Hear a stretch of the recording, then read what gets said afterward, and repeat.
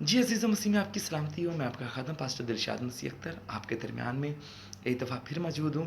मैं खुदावंद का शुक्र बजाता हूँ आप सब के लिए जो मेरे इस चैनल को सब्सक्राइब किए हुए हैं और खुदावंद के कलाम को और उसके इस नकमे से नौकर को सराहते हैं ताकि आपके वसीला से खुदावंद का ये कलाम दूसरों तक पहुँच सके। अज़ीज़ो, आज का उन्वान बड़ा दिलचस्प है कि क्या सांप मट्टी खाता है? क्योंकि बाइबल मुकद्दस में जब हम पैदाइश उसका 5वां बाब और उसकी 14वीं आयत को पढ़ते हैं तो लिखा हुआ है, खुदावंद खुदा ने सांप से कहा, इसलिए कि तूने ये किया तू सब चौपायों और दश्ती जानवरों में मलाउन ठहरा, तो अपने पेट के बल चलेगा और अपनी उम्र भर खाक चाटेगा। अब वो लोग जो इतने अरसा से, कई सालों से, 20 सदियों से बाइबल मुकद्दस पे उंगलियां या उश्त नमाइयाँ कर रहे हैं कि किसी तरह से कोई ऑब्जेक्शन मिल जाए, लेकिन बाइबल मुकद्दस का खुदा बड़ा हसीन है। वो अपने लोगों पे अपने कलाम को, अपने भेदों को मुंकशिफ करता रहता है, इंकिशाफ करता रहता है, ताकि खुदावंद के लोग उनको भेदों को लें और उन लोगों पे जो बाइबल मुकद्दस के ख़िलाफ़ कुफ़र बकते हैं या खुदा बाइबल मुकद्दस के खुदा की तज़हीक करते हैं, उनको एहसन तरीके से जवाब दे सकें। मेरे तक ये सवाल पहुंचा कि बाइबल मुकद्दस में खुदा ने गलत लिखा है। बाइबल मुकद्दस का खुदा झूठ बोल रहा है कि सांप खाक चाटेगा। सांप तो खाक नहीं चाटता। सांप तो चीज़ों को इंगल्फ करता है, मेंढक खाता है, मछलियाँ खाता है, इसी तरह से दूसरे हशरात को खाता है। सांप तो मट्टी नहीं खाता। तो क्या बाइबल मुकद्दस में झूठ लिखा हुआ है? बाइबल मुकद्दस का खुदा झूठ बोलता है? बिल्कुल भी नहीं।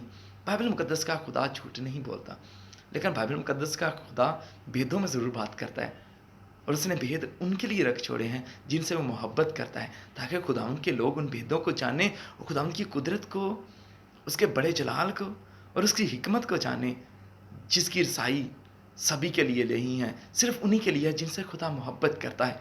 अज़ीज़ों, बाइबल मुकद्दस में जब हम इस बात को, इस भेद को जानते हैं तो लिखा हुआ है कि 5वें बाब की 14वीं आयत में लिखा हुआ है कि खुदा सांप से कहता है, तू खाक चाटेगा। हमें इसके पीछे जाके देखना हुआ क्या है। सांप ने,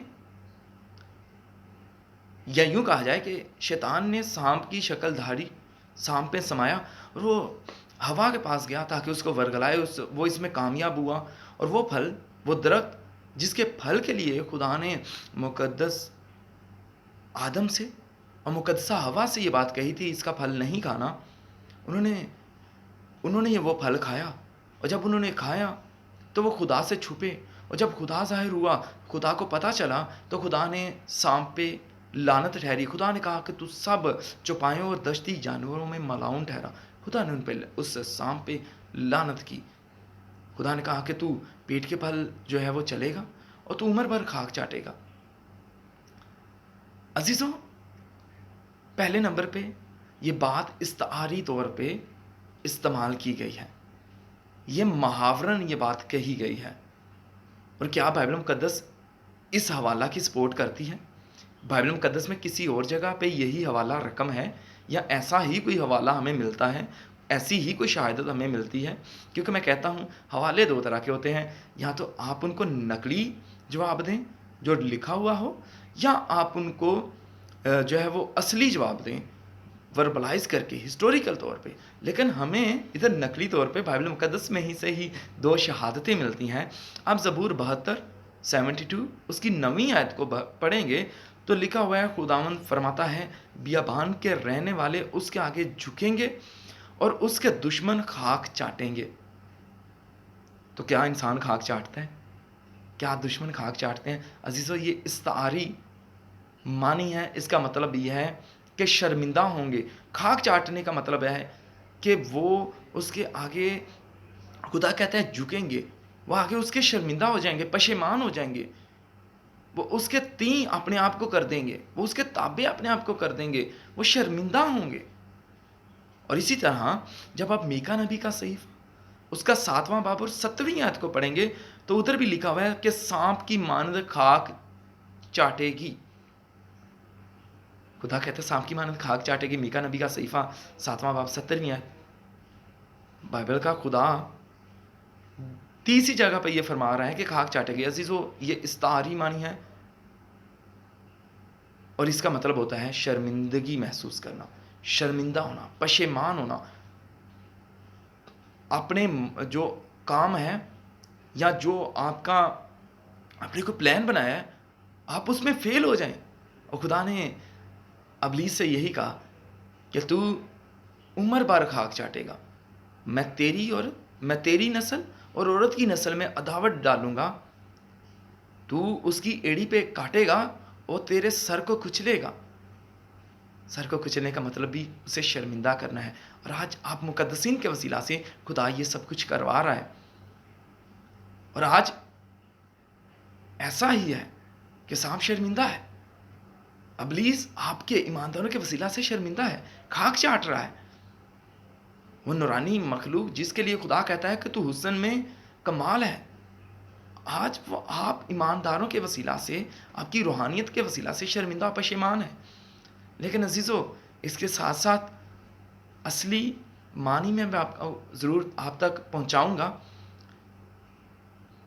سانپ میں ایک آرگن، ایک اعضاء ہے جس کو جیکبس آرگن کہتے ہیں، جیکبس آرگن۔ یہ سانپ کے منہ میں، ناک کے پیچھے، اس کے روف پہ جو چھت ہوتا ہے، زبان کا پیلٹ ہوتا ہے، انسان کے اندر پیلٹ ہوتا ہے، پیلٹ کے اوپر والی سائڈ پہ آپ کا اوپر والا جو تالو ہے اس پہ جیکبس آرگن ہوتا ہے۔ اور سانپ اپنی زبان کے وسیلہ سے جو دوہری لہر والی ہوتی ہے، کٹی ہوئی زبان ہوتی ہے، اس کے وسیلہ سے موئسچر اور حالات حاضرہ کو چیک کرنے کے لیے مٹی کو لے کے، ٹھیک ہے، اس کے موئسچر کو چیک کرنے کے لیے اس مٹی کے پارٹیکلز کو لیتا ہے، اپنے آرگن تک، اعضاء تک لے کے جاتا ہے، جیکبس آرگن تک، اور وہ اپنے ارد گرد انوائرمنٹ سے وابستگی یا اس کو بھانپ لیتا ہے، ٹھیک ہے۔ آلدو وہ خاک نہیں چاٹتا لیکن پھر بھی وہ ڈسٹ پارٹیکلز کو اپنے منہ میں لے کے جاتا ہے، لیکن یہ وہ کھاتا نہیں ہے، اس کو پھر دوبارہ اس ڈسٹ پارٹیکلز کو باہر پھینکتا ہے، اور سانپ بار بار اس عمل کو ریپیٹ کرتا ہے تاکہ وہ اپنے ارد گرد آنے والے تمام خطرے سے چکنا رہ سکے۔ لیکن بائبل مقدس کا خدا افضل ہے، وہ جو کہتا ہے وہ کر دیتا ہے۔ آپ اس کو نقلیوں اور اصلی دونوں معنوں سے دیکھ سکتے ہیں۔ میکا نبی کا صحیفہ 7واں باب 17ویں آیت، اور اسی طرح زبور 72 اس کے 9ویں آیت میں یہ، اور اسی طرح پیدائش 5واں باب 14ویں آیت میں یہ محاورتاً اور استعاری طور پہ استعمال ہوا ہے۔ لیکن جیکبس آرگن کو جب آپ سانپ کے منہ میں دیکھتے ہیں تو ادھر بھی ہمیں پتہ چلتا ہے کہ سانپ اپنے منہ میں ڈسٹ پارٹیکلز کو لے کے جاتا ہے۔ عزیزو، سانپ خاک چاٹتا ہے اور نہیں بھی چاٹتا، لیکن یہاں پہ صرف یہ معنی اس کی تذلیل کو بیان کرنے کے لیے، اس کی چالاکی کو تباہ و برباد کرنے کے لیے، اس کی حکمت کو ختم کرنے کے لیے یا ذلیل و رسوا کرنے کے لیے خداوند نے استعمال کیے۔ اور خدا آج آپ کے وسیلہ سے اس ابلیس کو، اس شیطان کو، اس کے پیروکاروں کو آپ کے وسیلہ سے خاک چاٹنے پہ مجبور کرتا ہے۔ عزیزو، آپ سے التماس ہے کہ اگر آپ کو یہ ویڈیوز اچھی لگتی ہیں تو آپ ان ویڈیوز کو دوسروں تک لے کے جائیں تاکہ خداوند کا کلام اور اس کے بھید دوسروں تک بھی انکشاف ہو سکیں، اور دوسرے بھی ان بھیدوں کو جان کے ان تمام لوگوں کے سوالوں کے جواب دے سکیں جو آج بھی بائبل کے خدا پہ، ابا یہوہ پہ آج بھی انگلیاں اٹھاتے ہیں، تاکہ وہ جان سکیں کہ بائبل مقدس کا خدا احسن، اعلیٰ اور یکساں خدا ہے۔ خداوند آپ سب کو اس کلام کو سمجھنے، عمل کرنے اور دوسروں تک پہنچانے کا شرف بخشے۔ آمین۔